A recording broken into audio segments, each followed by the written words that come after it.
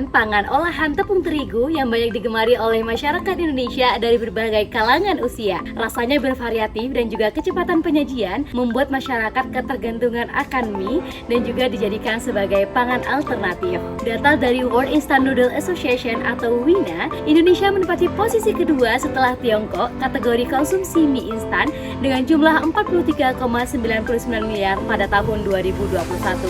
Namun ternyata kandungan trans fat yang tinggi pada mie instan menyebabkan faktor risiko penyakit, salah satunya adalah diabetes dengan jumlah prevalensi 95% di Indonesia, khususnya diabetes mellitus tipe 2. Prevalensi diabetes mellitus terus mengalami peningkatan.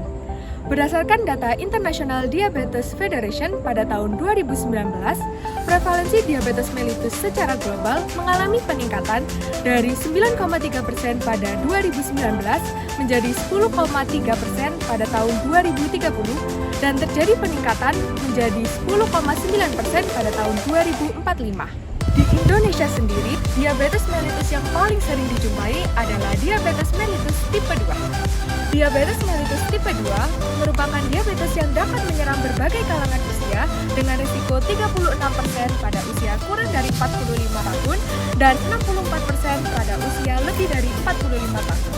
Pasien dengan diabetes mellitus tipe 2 harus menjaga pola makannya termasuk menghindari makanan instan seperti mie. Hal ini dikarenakan mie dapat meningkatkan indeks glikemik atau gula darah.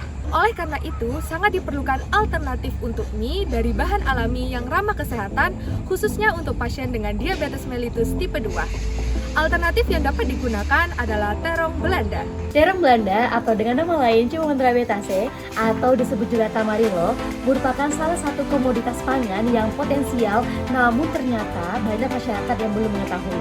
Padahal, terong Belanda itu sendiri populasinya mudah ditemukan di Indonesia dan sudah banyak keberadaannya, khususnya mudah ditemukan dan tumbuh di dataran tinggi. Kandungan dari buah terong Belanda terkenal dengan kandungannya yang rendah lemak dan juga rendah kalori. Kandungan gizinya sangat melimpah dan bermanfaat untuk kesehatan tentunya. Ini dia kandungan terong Belanda, salah satunya adalah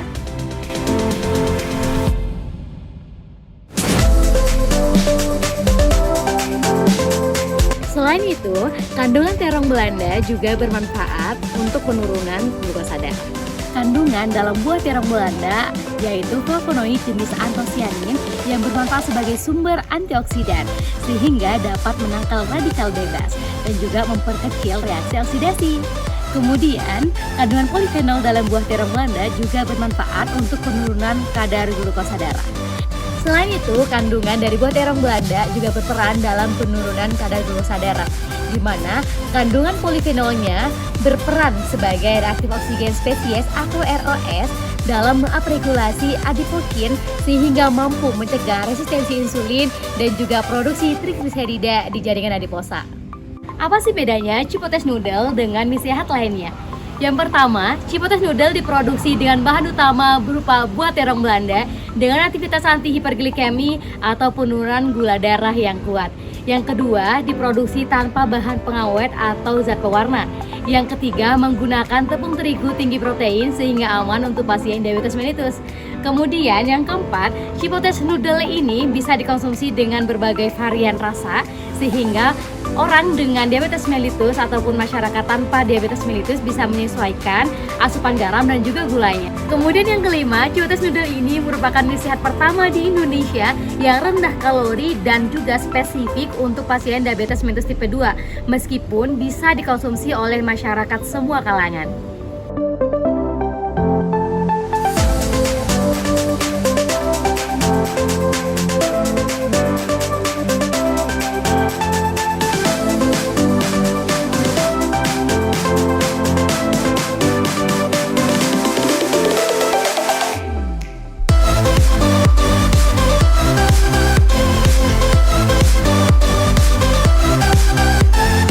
Ada beberapa uji yang telah dilakukan. Yang pertama adalah uji organoleptik dan uji hedonik, di mana kedua uji tersebut dilakukan terhadap 30 responden yang sama.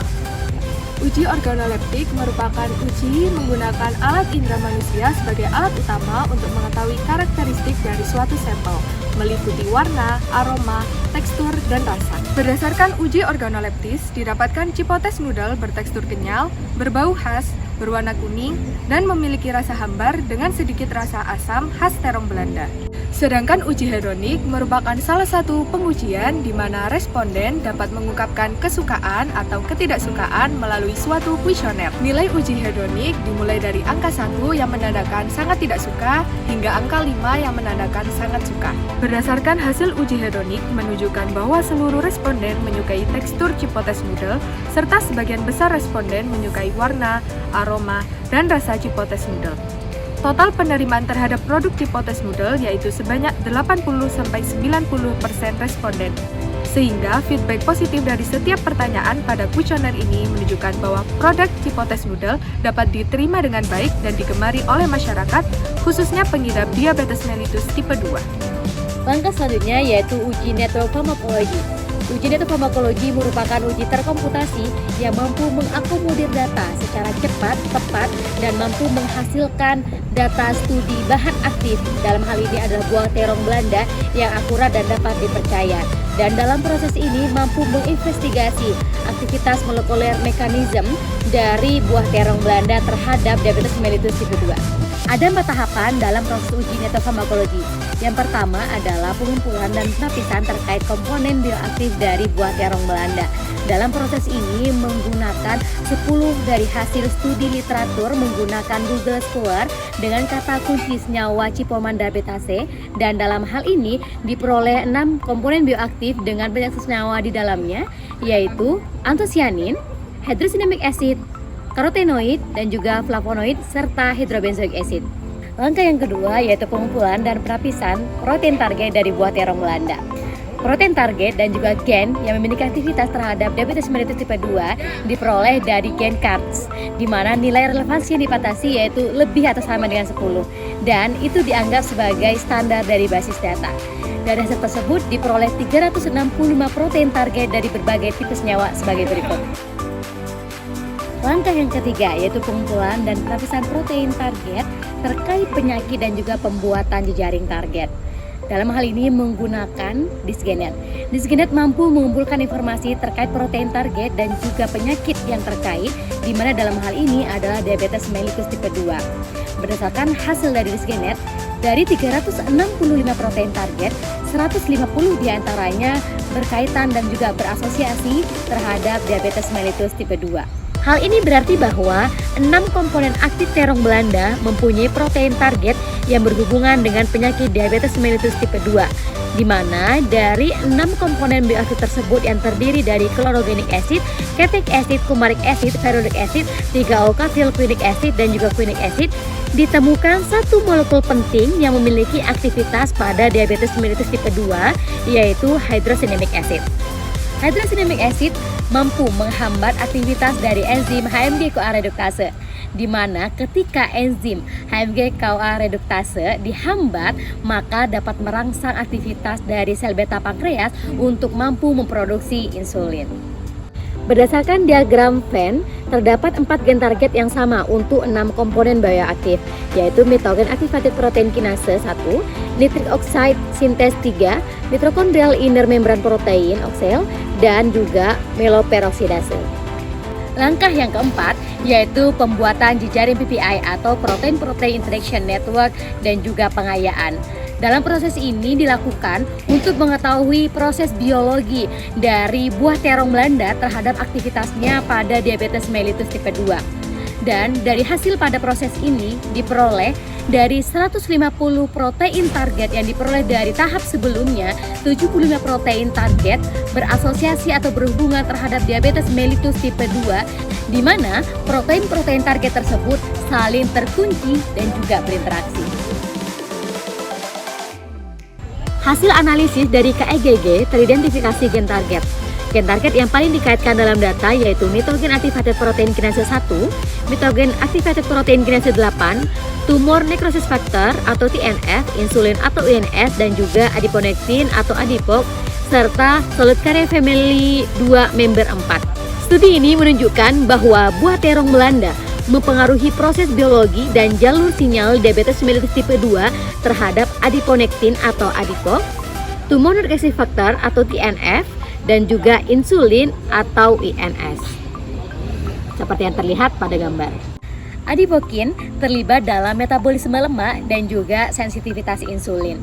Pada individu dengan diabetes mellitus tipe 2, kadar adipokin cenderung rendah dalam darah, sehingga hal ini yang menyebabkan resistensi insulin semakin meningkat dan juga menjadi faktor resiko diabetes mellitus tipe 2. Kemudian TNF-alpha atau tumor necrosis factor merupakan sitokin proinflamasi pertama yang menjadi penyebab dari diabetes mellitus tipe 2. Pada individu dengan diabetes mellitus tipe 2, kadar TNF-alpha dalam tubuh cenderung tinggi. Hal ini yang menyebabkan peradangan di dalam tubuh sehingga mengganggu dari fungsi insulin.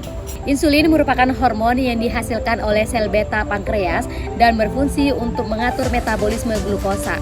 Pada individu dengan diabetes mellitus tipe 2, kadar insulin di dalam tubuh cenderung menurun atau rendah, sehingga hal ini yang menyebabkan terjadinya resistensi insulin karena tubuh kehilangan kemampuan untuk merespon insulin dengan baik, atau terjadi penurunan terhadap respon sensitivitas insulin. Secara keseluruhan, ketidakseimbangan dari adipokin, TNF-alpha dan juga insulin dapat menyebabkan resistensi insulin dan juga inflamasi di dalam tubuh. Sehingga senyawa dalam buah terong Belanda berfungsi untuk mengupregulasi adipokin, TNF-alpha dan juga insulin tersebut untuk mampu menurunkan kadar gula dalam darah. Dan berdasarkan hal tersebut bisa disimpulkan bahwa buah terong Belanda sangat potensial untuk dijadikan pangan alternatif berupa mie yang kami beri nama Cipotes Noodle untuk pasien diabetes mellitus tipe 2 dan untuk semua masyarakat. Cipotes Noodle, mie sehat, mie nikmat.